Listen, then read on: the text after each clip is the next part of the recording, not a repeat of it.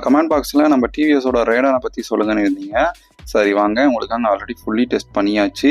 2025 நீங்கள் TVS Radon வாங்கலாமா வேண்டாமான்றதை bro and cons explain பண்ண போகிறோம். சரி வாங்க வீடியோக்குள்ளே போகலாம். டிவிஎஸ் ரேடான் 110cc இதோடைய ப்ரோலேருந்தே ஆரம்பிப்போம். இந்த இன்ஜின் செட்டப் பார்த்தீங்கன்னா டிவிஎஸோட 109.7cc 8.08 bhp 7350 rpmலையும் இன்ஜினோட மேக்ஸிமம் டார்க் பார்த்தீங்கன்னா 8.7 mm 4500 rpmலும் கொடுத்துருக்காங்க. இது ஆக்சுவல் வந்து நம்ம கம்ப்யூட்டர் பைக் தான், நம்ம சிட்டியில் தான் ஓட்ட போகிறோம். ஸோ டார்க் வைஸ் நல்லாவே இருக்குன்னு சொல்லலாம், அதில் எந்த குறையும் கிடையாது. இன்ஜின் வைஸ் நான் வந்து ஒரு 60-70 வரைக்கும் நம்ம சிட்டியில் ஓட்டி பார்த்தேன், ஹைவேக்கும் ஓட்டி பார்த்தேன். ஆஸ் யூஷுவல் இது சிட்டிக்குள்ளே ஒரு சிம்பிளாக வந்து பிஸ்னஸ் பண்ணுறீங்க, இல்லை ஃபேமிலி யூசேஜுக்காக யூஸ் பண்ணுறீங்க அப்படின்னா இந்த இன்ஜின் அது கேப்பபிளாக பண்ணி தான் பண்ணியிருக்காங்க. கண்டிப்பாக இந்த இன்ஜின் வைஸ் ஒரு பாசிட்டிவ்னே சொல்லலாம். ஸ்ப்ளெண்டருக்கும் இதுக்கும் இந்த வண்டியில் கொஞ்சம் டார்க் அதிகமாக இருக்கிற மாதிரி ஃபீல் இருக்கும். இதுக்கு காம்படிஷனாக இருக்கிறதெல்லாம் நம்ம ஹீரோவோட ஸ்ப்ளெண்டர் தான். இருந்தாலும் இதில் அந்த வண்டியை காட்டிலும் உங்களுக்கு டார்க் வந்து நல்லா ஃபீல் ஆகும், நல்லாவே இருக்குன்னே சொல்லலாம். இதோடைய இன்ஜின் வைஸ் சொல்கிறேன். இந்த இன்ஜின் செட்டப் பார்த்தீங்கன்னா நான் கொஞ்சம் லாங் ஸ்ட்ரிச்சுமே ட்ரை பண்ணேன். சரி எப்படி இருக்குது ட்ரை பண்ணி பார்ப்போம் அப்படின்னு. லாங் ஸ்ட்ரிச்சுக்குமே பர்ஃபார்மன்ஸ் நல்லாயிருக்கு. பட் நீங்கள் வந்து லோ ஸ்பீடில் போகிறப்போ நான் சொல்கிற க்ரூசிங் ஸ்பீட் பார்த்தீங்கன்னா உங்களுக்கு 50-60 அதில் போகிறப்போ உங்களுக்கு மைலேஜும் ஓரளவு நல்லா கிடைக்கும். அதே நேரத்தில் க்ரூசிங்கும் உங்களுக்கு நல்லா இருக்குது. செகண்டு இதில் ஹீட்டிங் இருக்குது, பட் ரொம்ப நேரம் பண்ணுறப்போ உங்களுக்கு ஹீட்டிங் ப்ரெஷராக இருக்கும். நான் அதை நெகட்டிவில் சொல்கிறப்போ உங்களுக்கு கிளியராக சொல்கிறேன். இந்த வண்டியோட மெயின் ப்ரிஃபரன்ஸ் பார்த்தீங்கன்னா நம்ம சிட்டி யூசேஜுக்கு டார்க்கியாக இருக்கணும், அதே நேரத்தில் ஃபேமிலி யூசேஜுக்கும் நல்லா இருக்கணும், அதை தான் ஃபோக்கஸ் பண்ணியிருக்காங்க. ஸோ அதுக்கு இந்த இன்ஜின் செட்டப் நல்லாவே இருக்குன்னு சொல்லலாம். செகண்ட் பார்த்தீங்க அப்படின்னா இதோடைய லைட் எப்படி இருக்குது அப்படின்னா நல்லா இருக்குது. அதாவது நம்ம நைட் யூசேஜுக்கு ரொம்ப வந்து லோவாக இருக்கும்.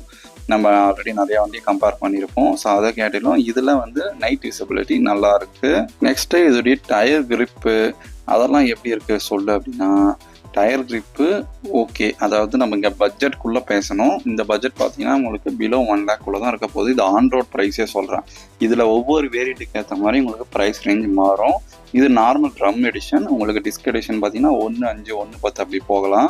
செகண்ட் பார்த்தீங்க அப்படின்னா ஒவ்வொரு வேரியண்ட்டுக்கு ஏற்ற மாதிரி நீங்கள் அந்த ஸ்பீடோமீட்டருமே உங்களுக்கு டிஜிட்டலு, உங்களுக்கு வந்து லைவ் மைலேஜ் அது மாதிரி உங்களுக்கு காட்டும். இதோடைய வந்து டயர் எப்படி இருக்குது அதெல்லாம் சொல்ல அப்படின்னா நார்மலாக இருக்குது. நம்ம சிட்டி யூசேஜுக்கெலாம் எந்த அளவு யூஸ் பண்ணுறோமோ அந்த அளவு கொடுத்துருக்காங்க. நான் ரெக்கமெண்ட் பண்ணுறது டிஸ்க் வெர்ஷனே ரெக்கமெண்ட் பண்ணுறேன். ஏன்னா அதில் தான் பிரேக்கிங் பைட்டுன்றது நல்லாயிருக்கு, ட்ரம்மில் ஆவரேஜாக தான் இருக்குது. இதோடைய சஸ்பென்ஷன் எடுத்துக்கிட்டிங்க அப்படின்னா நம்ம சிட்டி யூசேஜுக்கு நல்லா கம்ஃபர்டபுளாகவே இருக்குன்னு சொல்லலாம். ஆவரேஜ்லாம் சொல்ல மாட்டேன், நல்லாவே இருக்குது. பில்லியனை உட்கார வச்சு நான் போகிறப்பமே பெரிய இம்பாக்ட் எதுவுமே தெரியல.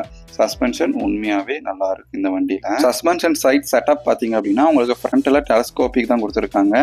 பேக்கில் பார்த்தீங்கன்னா 5 ஸ்டெப் அட்ஜஸ்டபிள் சஸ்பென்ஷன் கொடுத்துருக்காங்க. ரெண்டுமே நல்லா இருக்கு. உங்களுக்கு ஏற்ற மாதிரி ரஃப் அண்ட் ஹார்டு இல்லை சாஃப்ட் அந்த சைடில் நீங்கள் மாற்றிக்கலாம். ஒவ்வொருத்தருக்கும் ஏற்ற மாதிரி நீங்கள் வந்து பெஸ்ட்டு அட்ஜஸ்ட் பண்ணி ஓட்டுங்க, அதுதான் நான் சொல்கிறேன். உங்களுக்கு ஏற்ற மாதிரி சஸ்பென்ஷனை மாற்றிக்கலாம். பட் இதில் வந்து டிஃபால்ட்டாக கொடுக்குறதே நல்லா தான் கொடுத்துருக்காங்க. வண்டியுமே உங்களுக்கு லைட் வெயிட் வெறும் 115 கிலோ தான் கொடுத்துருக்காங்க. கிரவுண்ட் கிளியரன்ஸ் 180 mm கொடுத்துருக்காங்க. ஸோ அந்த ரெண்டுத்துக்குமே உங்களுக்கு பெரிய பிரச்சனையே இல்லை, சூப்பராகவே இருக்குன்னு சொல்லலாம். மெயினாக நெக்ஸ்ட் ப்ளஸ் பார்த்தீங்கன்னா சீட்டிங் கம்ஃபர்ட். ஆமாம், ஒரு பில்லியனை உட்கார வச்சு கூட்டிகிட்டு போகிறோம். செகண்ட் அந்த சீட்டிங் எந்த அளவு இருக்குமோ அந்த அளவு நல்லா பெருசாக கொடுத்துருக்காங்க. குஷனிங் நல்லா இருக்கு, சஸ்பென்ஷனும் நல்லா இருக்கு, சைடில் பிடிச்சிக்கிறதும் கொடுத்துருக்காங்க, பேக் வச்சுக்கிறதும் கொடுத்துருக்காங்க. ஸோ அது மாதிரி எந்த வித நெகோஷியபிளும் கிடையாது. ஒரு ஃபேமிலிக்கு தேவையான கம்ஃபர்டபுள், ரெண்டாவது சீட்டிங் கம்ஃபர்ட் ரெண்டுமே நல்லா இருக்கு. நீங்கள் தாராளமாக வந்து அம்மாவையோ குழந்தையோ உட்கார வச்சு லாங்குக்குமே நீங்கள் வந்து யூஸ் பண்ணிக்கலாம், நல்லா இருக்குன்னு சொல்லலாம். அதோடைய சீட்டிங் கம்ஃபர்ட் நான் லாங்குக்குமே பில்லியனை உட்கார வச்சு தான் கூட்டிகிட்டு போனேன். அதோடைய பேக்கில் இருக்கிற குஷனிங் பார்த்தீங்கன்னாலும் நல்லாவே இருக்குது, நல்லா சாஃப்டாக கொடுத்துருக்காங்க. செகண்டு பார்த்தீங்கன்னா அதோடைய பேண்டட்டும் அதுக்கு டிசைனுக்கு ஏற்ற மாதிரி கொடுத்துருக்காங்க. ஸோ இது கொஞ்சம் நல்லாவே இருக்குன்னு சொல்லலாம். இது டிசைன் வைஸ் சப்ஜெக்டிவ். நான் யாருக்கும் இது அதுன்னு சொல்ல மாட்டேன். டிசைன் அவங்கவுங்க சப்ஜெக்டிவ். இது எனக்கு கொஞ்சம் பிடிச்சிருக்கு. சப்ஜெக்டிவில் சொல்கிறப்போ எனக்கு பிடிச்சிருக்கு. உங்களுக்கு பிடிக்குதா இல்லையன்றதை மறக்காமல் கமெண்ட் பண்ணுங்கள். நெக்ஸ்ட் ப்ளஸ் இதோடைய மைலேஜ் எப்படா சொல்லுவேன் அப்படின்னா இதோடைய டேங்க்ஸ் கெப்பாசிட்டி 10 லிட்டர் 1.5 லிட்டர் வந்து ரிசர்வ் கொடுத்துருப்பாங்க. E20 பெட்ரோல் சப்போர்ட் தான். இந்த வண்டி பார்த்தீங்க அப்படின்னா உங்களுக்கு மைலேஜ் எவ்வளோ கிடைக்கும் அப்படின்னா ரியல் லைஃப் மைலேஜ் உங்களுக்கு 50-60 வரைக்கும் கிடைக்கலாம். நீங்கள் வாட்டர் ஸ்டைலை பொறுத்து கண்டிப்பாக வேரி ஆகும். இதில் சப்ஜெக்டிவ், ஏன்னா நீங்கள் வந்து டக்குன்னு வந்து ரேஸ்லாம் த்ராட்லாம் பண்ணிங்கன்னா கண்டிப்பாக மைலேஜ் ட்ராப் இருக்கும். சரிடா எப்போ தான்டா நெகட்டிவ் சொல்லாமே இருக்கிறீ அப்படின்னா நிஜமாக இந்த ப்ரைஸ் ரேஞ்சுக்கு நிறைய பாசிட்டிவ் தான் இருக்குது இந்த வண்டியில். ஸ்ப்ளெண்டருக்கு அடுத்து கண்டிப்பாக பெரிய காம்படிஷன் இந்த வண்டியுமே உங்களுக்கு வரும். மெயினாக நெகட்டிவ்குள்ளே வெயிட் பண்ணிட்டு இருக்கிறீங்களா, அதுக்குள்ளே போகலாம். இந்த வண்டியில் இப்போ நான் சொல்கிற கம்ப்ளைண்ட் எல்லாமே மோஸ்ட் ஆஃப் த கஸ்டமர்ஸ் வந்து ஃபேஸ் பண்ணுறாங்க. இந்த வண்டி பார்த்தீங்கன்னா உங்களுக்கு ஸ்டார்டிங் ப்ராப்ளம் இருக்கும். என்னடா எல்லா வண்டியிலும் சொல்கிற மாதிரி ஸ்டார்டிங் ப்ராப்ளமா, பர்டிகுலராக எல்லா விஷயத்திலும் வர்ற மாதிரி இல்லை. இதில் நீங்கள் ஒரு சில்லுன்னு ஒரு கிளைமேட்டில் வர்றீங்க, இல்லை வந்து இன்ஜின் வந்து அவ்வளோ சீக்கிரம் சடனாக ஸ்டார்ட் ஆக மாட்டேங்குது, அதுதான் பிரச்சனை. இன்ஜினில் வைப்ரேஷனும் இருக்குது, கோல்டு கிளைமேட்டில் வண்டி ஸ்டார்ட் ஆக மாட்டேங்குது, அதுதான் பிரச்சனை. கொஞ்சம் நேரம் பொறுத்து நீங்கள் வண்டியை ஸ்டார்ட் பண்ணால் ஸ்டார்ட் ஆகிடும். ஸோ கொஞ்சம் வந்து கூலிங் கிளைமேட்டில் வண்டி சடனாக வந்து ஸ்டார்ட் ஆக மாட்டேங்குது. ரெண்டாவது பார்த்தீங்கன்னா வைப்ரேஷன் இருக்குது. நீங்கள் வந்து ஹையர் ஆர்பிஎம்ல ஹையர் ஸ்பீடில் ஓட்டுறப்போ இருக்குது. நான் சொன்னேன் இல்லையா 40-50 போகிறப்போ உங்களுக்கு வைப்ரேஷன் ஃபீல் இருக்காது, நல்லாவே இருக்குன்னு சொல்லலாம். ரெண்டாவது ஓவர் ஹீட்டிங் இருக்குது. ஆமாம், நீங்கள் வந்து ரொம்ப நேரம் லாங் ஸ்ட்ரெச்லாம் அடிக்கிறீங்க அப்படின்னா, நான் சொன்னேன் இல்லையா கொஞ்சம் தூரம் தான் போகிறப்போ உங்களுக்கு அந்த ஹீட்டிங்கிறது நல்லா ஃபேஸ் பண்ண முடியும். நீங்கள் ஒரு மீடியம் ஸ்பீடில் கொஞ்சம் கேப் விட்டு ஓட்டுறீங்கன்னா உங்களுக்கு ஓரளவு அட்ஜஸ்டபுளாக இருக்கும். மெயினாக ஃபியூவல் எஃபிஷியன்சி இஷ்யூ இருக்குது இந்த வண்டியில். என்னடா இது அப்படின்னா, மைலேஜ் சொன்னேன் இல்லையா 50 to 60, இப்போ வர வண்டியில் மோஸ்ட்லி இந்த இஷ்யூஸ் வந்து நிறைய பேர் ஃபேஸ் பண்ணுறாங்க. என்னடா இஷ்யூ அப்படின்னா, இதோடைய மைலேஜ் ட்ராப் வந்து விசிபிள் ஆகிற அளவு இருக்குது. எனக்கு ஃபஸ்ட்டு 60 கிட்ட கொடுத்துச்சு, இப்போ 55 கிட்ட தான் தருதுன்னு சொல்கிற கஸ்டமர் சில பேர் இருக்காங்க. உங்களுக்கு உங்கள் வண்டியில் அது இருக்கா இல்லைன்றதை மறக்காமல் கமெண்ட் பண்ணுங்கள். Next gear shifting problem. ஆமாம், கியர் ஷிஃப்டிங் இந்த வண்டியில் இருக்குது. வந்து ரொம்ப ஹார்டாக இருக்கும் சில நேரத்தில் அந்த கியர் போகிறப்போ செகண்ட் கியர் போகிறப்போ ஆட்டோமேட்டிக்காக நியூட்ரல் ஆகுது. இது மாதிரி இஷ்யூஸுமே இந்த வண்டியில் ஃபேஸ் பண்ணுறாங்க. மெயினாக நான் ஏன் வந்து ட்ரம் பிரேக் எடுக்க வேண்டாம்னு சொல்லி ரெக்கமெண்ட் பண்ணுறேன்னா, இதோடைய பிரேக்கிங் அந்த அளவு கிடையாது. ஆமாம், ட்ரம்மில் சுத்தமாகவே எனக்கு அந்த கான்ஃபிடென்ட் இல்லை. இதுவே நீங்கள் டிஸ்க் எடுத்து ஓட்டுறீங்க, டிஜிட்டல் யூனிட்லாம் நீங்கள் ஓட்டுறீங்க அப்படின்னா உண்மையாகவே நல்லா இருக்குன்னு சொல்லலாம். அதே மாதிரி இப்போ வர நியூ வெஹிக்கிள் எல்லாமே வந்து உங்களுக்கு பேட்டரி ப்ராப்ளமும் இருக்குது.